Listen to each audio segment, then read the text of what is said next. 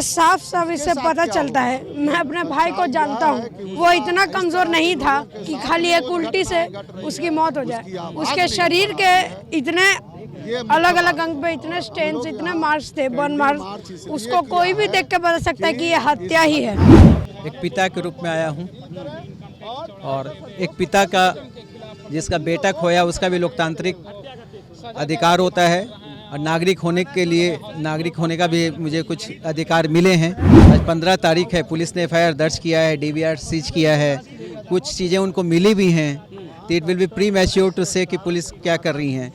और चूंकि मामला वो कह रही पुलिस की पोस्टमार्टम रिपोर्ट का हम इंतजार कर रहे हैं, हर एक बिंदुओं पे जांच करेंगे। पटना में आयुष कुमार की पिटाई के बाद जो है मौत हो गई थी, जिसके बाद जो है लगातार बवाल थमने का नाम नहीं ले रहा। आपको बता दें कि ADM सूरज कुमार सिन्हा के जो बेटे हैं, उनके पुत्र जो आयुष कुमार हैं, उनका निधन हो गया और उसके बाद जो है ADM खुद जो है पटना ADM वो सड़कों पर उतर चुके हैं और कैंडल मार्च निकाले हैं अस्पताल के विरोध में। और देखिए तस्वीरों के ज़रिए हम आपको दिखा रहे हैं कि खुद ADM जो है सूरज कुमार सिन्हा वो कैंडल लेकर सड़कों पर उतरे हैं पटना के इनकम टैक्स चौराहे पर। आपको तस्वीरों के ज़रिए हम दिखाने की कोशिश करते हैं। आयुष कुमार को इंसाफ मांगने के लिए सड़कों पर उतरे हैं और फांसी की सज़ा दिलाने के लिए मांग कर रहे हैं। आपको बता दें कि जो ADM हैं आयुष ADM उनके पुत्र की जो है मौत हो गई थी और इसको लेकर पटना की सड़कों पर जो है वो कैंडल मार्च के ज़रिए अपना विरोध जताने के लिए सड़कों पर उतरे हैं और आत्मा की शांति एवं इंसाफ के लिए ये सड़कों पर निकले हैं। आपको तस्वीरों के ज़रिए दिखा रहे हैं, पटना का इनकम टैक्स चौराहा है। हम चारों तरफ कैमरे आपको घुमाकर दिखाते हैं किस तरीके से और जो अस्पताल है उसके द्वारा पिटाई की गई थी और उसके बाद जो है उसकी मौत हो गई, जिसके बाद जो है ADM सड़कों पर उतरे और ADM जो हैं उनसे भी हम बात करने की कोशिश करते हैं, जानते हैं और पूरी बातें इन्हीं की जुबानी हम जानेंगे। ADM आयुष कुमार सिन्हा है, उनसे हम बात करने की कोशिश करते हैं। से इंसाफ मांगने के लिए सड़क पर निकले हैं क्योंकि आप खुद ADM हैं और उसके बावजूद इंसाफ मांग रहे हैं। नहीं, मैं यहाँ पर एक पिता के रूप में आया हूँ और एक पिता का जिसका बेटा खोया उसका भी लोकतांत्रिक अधिकार होता है और नागरिक होने के लिए नागरिक होने का भी मुझे कुछ अधिकार मिले हैं। उसमें अपने आवाज़ को उठाने का अधिकार है। 12 तारीख को उसकी हत्या हो गई है। कैसे उसकी हत्या? उसे मारा गया, इलाज के नाम पर रख के मानस हॉस्पिटल में वहाँ के स्टाफ के द्वारा मारा गया। डॉक्टर के कॉग्निजेंस में मैंने लाया था इन चीज़ों को, लेकिन उन्होंने कोई इस पर एक्शन नहीं लिया और लगता है महीनों से ही सालों से वही कर रहा होगा और वो खुंदक में और मारा मेरे बेटे को। लेकिन कानून तो आपकी है और सब कुछ आप हैं, लेकिन फिर आप सवाल तो आप खड़ा कर रहे हैं कहीं ना कहीं, उस पर कार्रवाई तो आप ही लोग कर सकते हैं। पुलिस को कार्रवाई करनी है ना, पुलिस को कंप्लेन किया है। पुलिस पे कहीं ना कहीं लिपापोती कर रही है। नहीं, मैं तो अभी तो 12 तारीख को FIR मैंने दिया है रात में।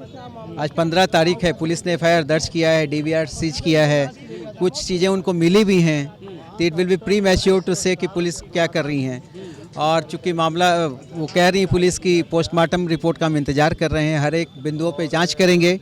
ठीक है, तो ये सारे शुभचिंतक हैं आयुष के, सभी आयुष को प्यार करने वाले लोग हैं, सभी किसी न किसी तरीके से आयुष से जुड़े हुए थे।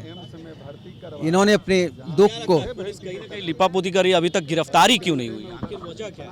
ऐसा क्या अभी तक सबूत की जरूरत पड़ गई? ये संभवतः मुझे लगता है कि SHO से आप पूछेंगे तो उनसे जवाब बेहतर मिलेगा।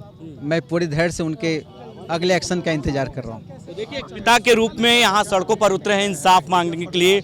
आयुष के भाई हैं छोटे, क्या नाम हुआ भाई? अंश कुमार। अंशु, क्या लगता है कैसे ये साफ साफ इससे पता चलता है। मैं अपने भाई को जानता हूँ, वो इतना कमज़ोर नहीं था कि खाली एक उल्टी से उसकी मौत हो जाए। उसके शरीर के इतने अलग अलग अंग पे इतने स्टेन्स, इतने मार्क्स थे, बर्न मार्क्स, उसको कोई भी देख के बता सकता है कि ये हत्या ही है। और जैसे कि आपने अभी मेरे से पापा से पूछा कि वो इतने बड़े पोस्ट पे होके भी अभी न्याय मांग रहे हैं। देखिए, एक कभी भी किसी का बाप का बेटा मरेगा तो कोई नहीं होता है, उसके बाद वो भी एक साधारण इंसान ही है, भले ही कितने बड़े पोस्ट पे चला जाए। मुझे खुद देख लीजिए, मैं बहुत, मेरे पास बहुत कुछ है मेरे पास, लेकिन मेरा भाई नहीं है आज। देखिए, इसके नम्न आंखों ने बता दिया कि इसके पास सब कुछ है, लेकिन आंखें, ये जो भाई है वो नहीं है, और इसके वजह से आज पिता अपने इंसाफ के लिए, पुत्र के इंसाफ के लिए सड़कों पर उतरे हैं और जो कैंडल मार्च है शांतिपूर्ण तरीके से वो प्रदर्शन कर रहे हैं। प्रशासन से मांग कर रहे हैं कि उस अस्पताल पर कार्रवाई होनी चाहिए। पटना में कई ऐसे अस्पताल हैं जिसकी इस तरह से आम लोगों के साथ भी होता है। सोच लीजिए कि एक एडीएम का पुत्र के साथ अगर ऐसा होता है तो सोच लीजिए आम लोगों के साथ क्या होता होगा।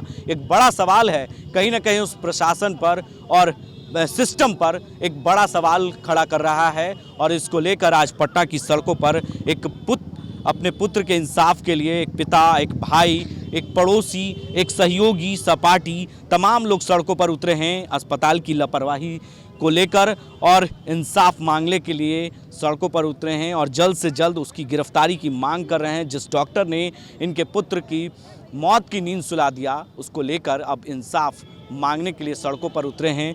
जो भाई है वो इंसाफ मांग रहा है, पुत्र के लिए पिता इंसाफ मांग रहा है। कहीं ना कहीं सिस्टम बड़ी जो लाचार है, सिस्टम कहीं ना कहीं फेल्यूर है इस सरकार में, वो एक साफ तौर से देखा जा रहा है। स्वास्थ्य व्यवस्था किस तरीके से बिहार की चरमराई हुई है ये साफ तौर से कहीं ना कहीं ये साबित करता हुआ नजर आ रहा है। अपने सहयोगी कैमरामैन अमित के साथ बने रहे देश न्यूज़ के लिए और देखते रहे देश न्यूज़।